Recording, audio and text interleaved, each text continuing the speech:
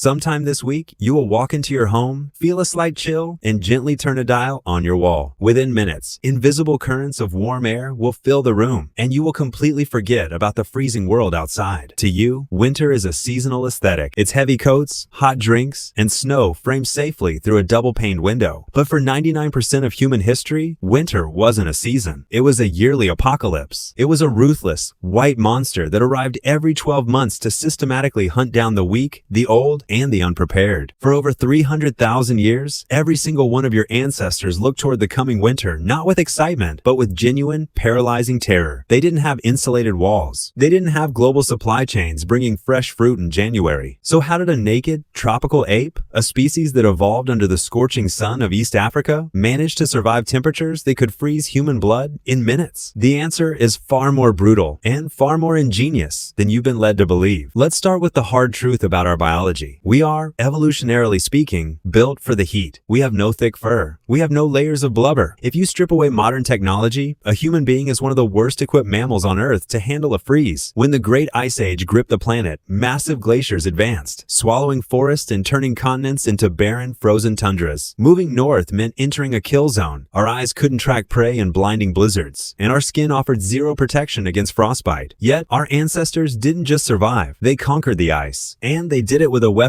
you probably have sitting in your junk drawer right now. Roughly 40,000 years ago, a technological revolution occurred that changed human destiny forever. It wasn't a sharper spear or a better shield. It was the eyed needle. Made from bone, mammoth ivory, or bird antlers, this tiny invention allowed humans to do something no other animal could do: create form-fitting, multi-layered clothing. Before the needle, early humans merely draped animal skins over their shoulders, much like Neanderthals did. But loose skins leave gaps. In a Siberian winter, a gap means death. The bone needle allowed Homo sapiens to sew airtight, tailored parkas, trousers, and boots out of animal pelts. They combined the hollow, insulating fur of deer with the water-resistant leather of seals. They created the world's first synthetic armor against the cold. Anthropologists believe this single, tiny tool is the primary reason Homo sapiens outlasted the physically stronger Neanderthals. We didn't adapt our bodies to the winter. We engineered a microclimate to carry with us. But surviving the winter required more than just clothes. It required a place to hide. When the ground is frozen solid as concrete, you can't dig a shelter. When there are no trees on the barren plains, you can't build a log cabin. So, what did they do? They built houses out of monsters. In the frozen steppes of modern-day Ukraine and Russia, archaeologists have discovered ancient villages made entirely of mammoth bones. Imagine a massive hut constructed from the jaws, tusks, and skulls of dozens of woolly mammoths, covered in thick hides and weighed down by soil. Inside these bone fortresses, a dozen or more humans would huddle together for months at a time, and this is where the psychological brutality of winter truly took hold. Think about the reality of that existence. You are trapped inside a dark, smoky, cramped space made of rotting bones for 4 to 5 months. Outside, the wind is howling at 80 miles an hour, and the temperature is minus 40 degrees Celsius. You cannot leave. If you walk out into the storm, you will lose your way and freeze within 20 minutes. You are locked in an intense, inescapable isolation with your immediate clan. Every breath you take is filled with the smoke of burning bone fat because wood was too scarce to burn. The smell of unwashed bodies, drying meat, and damp fur is suffocating. It was during these dark, frozen months that human biology did something extraordinary, something scientists are only beginning to unlock. In 2020, researchers examining 400,000-year-old human fossils in Spain found evidence of seasonal bone damage that matches the bones of hibernating animals. The evidence suggested that early human species may have slowed down their metabolism to survive extreme winters when food was non-existent. They essentially slept through the worst of the freeze, entering a state of metabolic torpor to stretch their meager fat reserves. While modern humans don't fully hibernate, our bodies still carry the genetic scars of that ancient winter survival strategy. Think about what happens to you when November and December hit. You feel sluggish. You want to eat heavier, carbohydrate-rich food. You want to stay in bed longer. Today, we call this seasonal affective disorder or winter depression. We treat it like a malfunction of the brain, a bug in the system. But what if it's not a bug at all? What if that heavy, melancholic feeling is your body's ancient programming trying to pull you into a state of rest? For thousands of generations, burning energy in the winter was a fatal mistake. Your body was built to slow down, to conserve, to wait out the cold in a state of quiet suspension. Because if you didn't slow down, you ran into the most terrifying aspect of winter, the math of starvation. In the summer, The world is an all-you-can-eat buffet. Plants, berries, roots, and small game are everywhere. In the winter, the landscape becomes a desert of ice. The plants die. The rivers freeze over, trapping the fish. The migratory herds move thousands of miles away. To survive, humans had to master the brutal art of food preservation. They invented pemmican, a mixture of crushed dried meat, rendered fat, and dried berries that could last for years without spoiling. They dug deep trenches into the permafrost, creating the world's first natural freezers to hide meat from scavengers. But even with preservation, the margins between life and death were razor thin. If the winter lasted just 2 weeks longer than expected, the stores ran out. This is when history turns incredibly dark. Anthropological evidence across various ancient cultures shows that when the winter famine reached its peak, communities faced unimaginable choices. They ate their clothes. They boiled leather strips and chewed on footwear just to trick their stomachs. And when that failed, they had to decide who among them would sacrifice their rations so that the children, the future of the tribe, could see the spring. Every winter was a cull, a natural filter that ruthlessly removed any lineage that wasn't perfectly adapted to endure. And then, in the blink of an evolutionary eye, we broke the cycle. We invented coal heating, then natural gas, then central air conditioning. We built mega greenhouses and global shipping networks. Within the last century, modern humans did something unprecedented in the history of life on Earth. We created a perpetual summer. No matter how brutal the blizzard is outside, inside your apartment, it is a constant, comfortable 21 degrees Celsius. You can eat fresh strawberries in the middle of January while wearing a t-shirt. We conquered winter, and we celebrated it as the ultimate triumph over nature. But here is the cost of that victory. By erasing winter, we have desynchronized ourselves from the rhythm of our own planet. We expect our minds and bodies to perform at the exact same high energy, high productivity level in dark December as we do in bright July. When our bodies naturally feel the evolutionary urge to slow down, to withdraw,